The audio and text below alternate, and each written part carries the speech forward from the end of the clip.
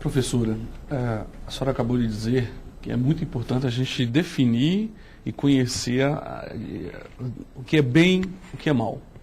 Para uma criança hoje, que está vindo no mercado extremamente competitivo, no mercado de extrema agressividade, na opinião da senhora, como é que a gente pode dizer para essa criança se vale a pena ou não ser ético? O que é ser ética ou ter uma vida ética numa família desestruturada, numa família que o pai está desempregado e que ela vê o coleguinha dela vencer na vida de forma ilícita, não é? E faço uma outra pergunta para a senhora. Hoje as escolas, a senhora bem acabou de dizer, a escola está assumindo o lugar de pai e mãe na educação dos filhos.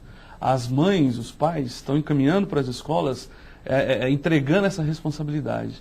Na opinião da senhora, o que os professores, principalmente do ensino fundamental, poderiam fazer para melhorar essa educação? Bom, e complementando, desculpa, para tornar a pergunta dele, JK, bom, a senhora trata muito dos temas transversais, né, na educação. Bom, as escolas de período integral ainda são poucas, e grande parte do tempo as crianças ficam com as famílias e não com as escolas. Então, a criança, às vezes, ela até tem a ética trabalhada dentro da escola, ela é vista sob um ponto de vista biopsicossocial e espiritual, inclusive em algumas unidades de ensino, mas a maior parte do tempo ela fica com a família. Como é que, ou sozinha, né?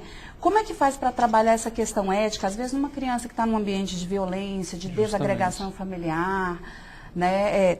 Os temas transversais, da forma como eles são tratados hoje, desde há 10 anos, é suficiente ou passaria por alguma mudança, na opinião da senhora? Bom, olha só. Eu, antes de responder o que vocês estão me perguntando, eu gostaria de fazer uma reflexão a respeito da natureza da pergunta. Por que é que a gente acha justificável alguém dizer eu sou do jeito que eu sou, porque eu vivi nesse tipo de ambiente, porque o meu colega tinha dinheiro para comprar tênis, calça assim ou assado e eu não tinha? A gente está corroborando esse tipo de resposta.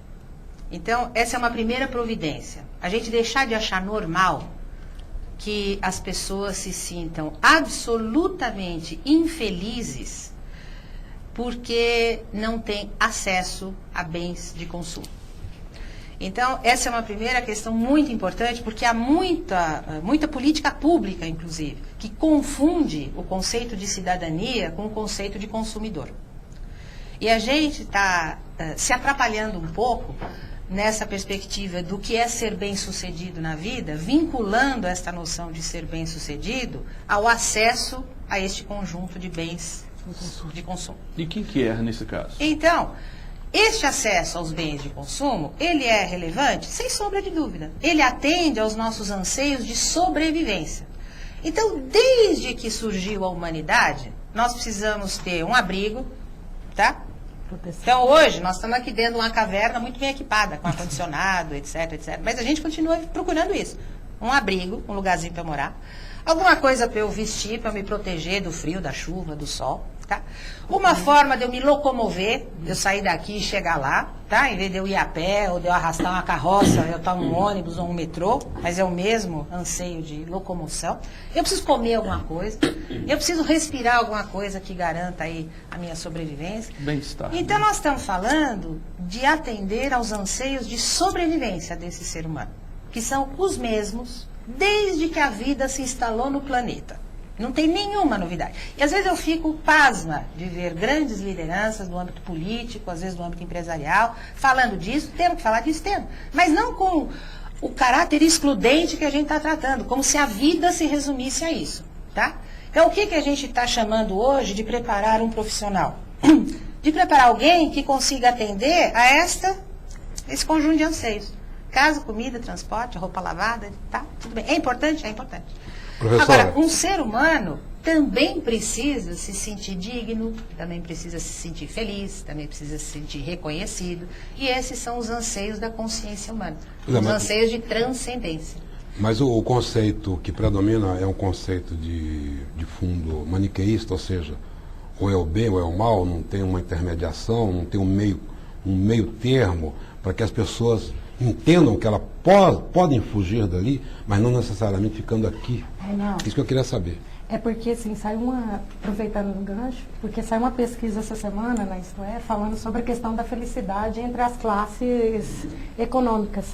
E aí falando que as pessoas que se sentem mais felizes são das classes que ganham até R$1.000, ou aquelas que ganham acima de R$13 mil. Quer dizer, quem sofre é a classe média. A classe média. Então, quer dizer, por que existe esse anseio? A gente participa e não participa. Eu quero chegar, eu acho que é questão do potencial. Você tem um grande potencial, mas parece que as oportunidades não acompanham os grandes potenciais. Porque a gente elege meia dúzia de oportunidades e ignora as demais. Eu transito por inúmeros ambientes. Eu já participei de inúmeros programas vinculados à juventude que vive num contexto rural. Tá? E eu ouço dessa molecada depoimentos do tipo, escuta, eu queria poder ficar aqui mesmo, ter orgulho da minha mão calejada. Mas todo mundo que vem aqui me fala que eu tenho que aprender informática, aprender inglês, mudar para a cidade. E o que eu faço aqui, todo mundo acha que é uma besteira, que é coisa assim menor. Que eu ficar aqui trabalhando na chácara, trabalhando no sítio com meu pai, é uma coisa assim meio pequena.